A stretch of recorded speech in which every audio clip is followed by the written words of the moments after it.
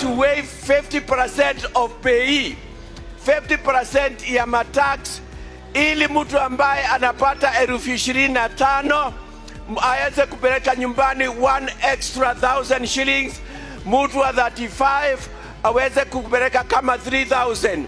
And that is just an immediate solution, kwa sababu we are in an emergency.